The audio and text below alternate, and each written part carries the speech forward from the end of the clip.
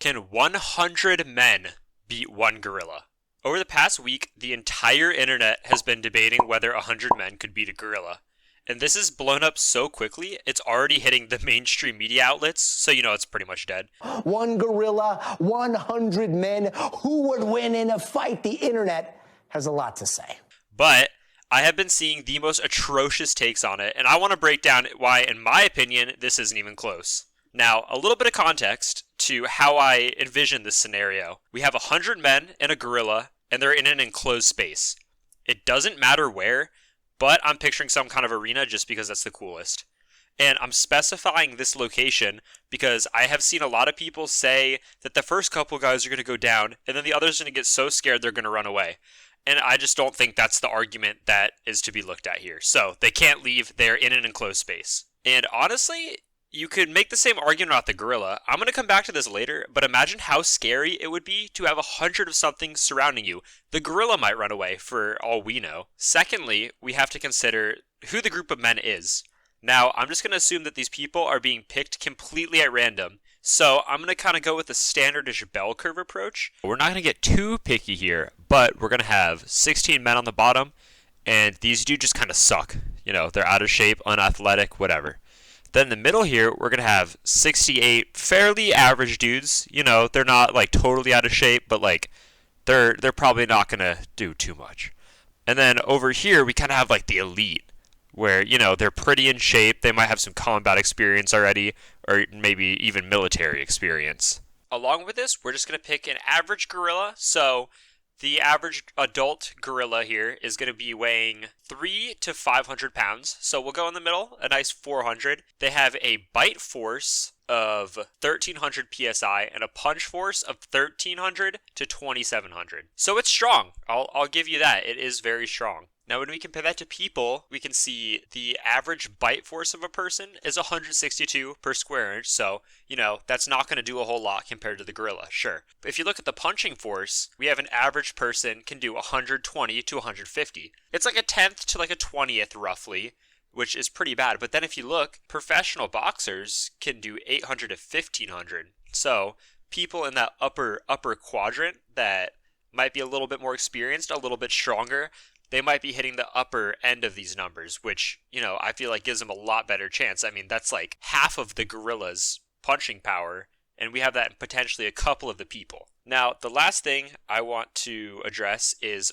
all the men are unarmed. They don't come in here with weapons, because I think they could probably do that with like 5 or 10 people, if you give them like swords and spears and stuff. So that's just boring. We're not doing that. Now, the most important factor to this is strategy. I think if all the people are coming at him one by one, I'm not going to say for sure the gorilla wins, but I think his odds are pretty good. Most people, though, are looking at this as almost a battle royale, so I'm thinking all 100 people are closing in on him from all sides. They're all able to attack at once, and they can work together to take it down. They have the ability to strategize and give themselves a better chance, and I think in order to do this, they're going to be sending in their weakest links first to tire it out. And this is where I see the meme saying, dude number 100 after watching guy 96 get ripped in half. And I want to walk you really quickly with me through this little thought experiment. Imagine doing like a moderately challenging chest fly, or, you know, pulling apart like a resistance band 100 times. Now imagine that you need to rip an entire person in half. And tell me that the gorilla isn't going to be gassed before a quarter of these dudes are just completely cooked. And the dudes aren't just like letting this happen either. They're running, they're trying to dodge, they're hitting it back while it's grabbing them. And over 100 people, the fatigue is going to add up objectively. And I know this is more talking about like running and traveling long distances, but humans are endurance animals. That's like how they hunted. I don't think there's any way that the gorilla's getting through 100 people without being completely exhausted. The next thing I think we need to consider is vital points. Obviously, if a person can get to the eyes and blind it, or they hit some other sensitive area on the gorilla, the odds are going to go way up. Humans are a lot more sensitive, so, you know, it's only going to take a punch or two from the gorilla, depending on the location. But keep in mind, the gorilla has to be hitting these shots on 100 people effectively, not wasting its punches. And there's 100 people with the opportunity to just get lucky one time. I don't care how weak they might be compared to the gorilla, just in raw power. If it's getting punched in the head and the face over and over again, over 100 people, some of them potentially able to hit with half of its punching force, it's gonna add up. And that's not even mentioning the psychology of this fight.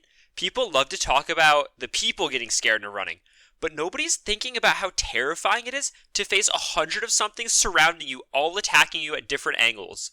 For example, I'm pretty confident I could just demolish a chihuahua, like no diff. But imagine there's 100 of them swarming around me biting my ankles at the same time. I'm a lot less confident in that scenario, and I think the gorilla would probably be freaking out too if you have 100 people surrounding it. You know, along with this, you can't count out the indomitable human spirit.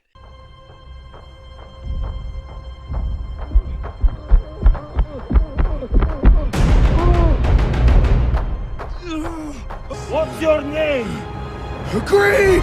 People can lift cars and shit when their life is in danger, and you think a couple people aren't just going to absolutely lock in and put up a Rocky 4 level performance?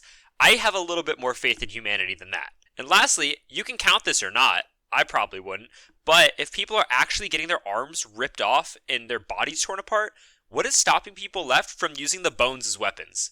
I don't think they even need to do this. I think the 100 just got it on their own with just their fists. But obviously not everyone's picturing the same scenario, so I thought I'd include that. I don't think it's a complete certainty either way, but like if you're running the simulation over and over again, the overwhelming majority of the time, I think the people come out on top. And I think that people are, they're disrespecting us. They're not giving us credit. We can be scary, man.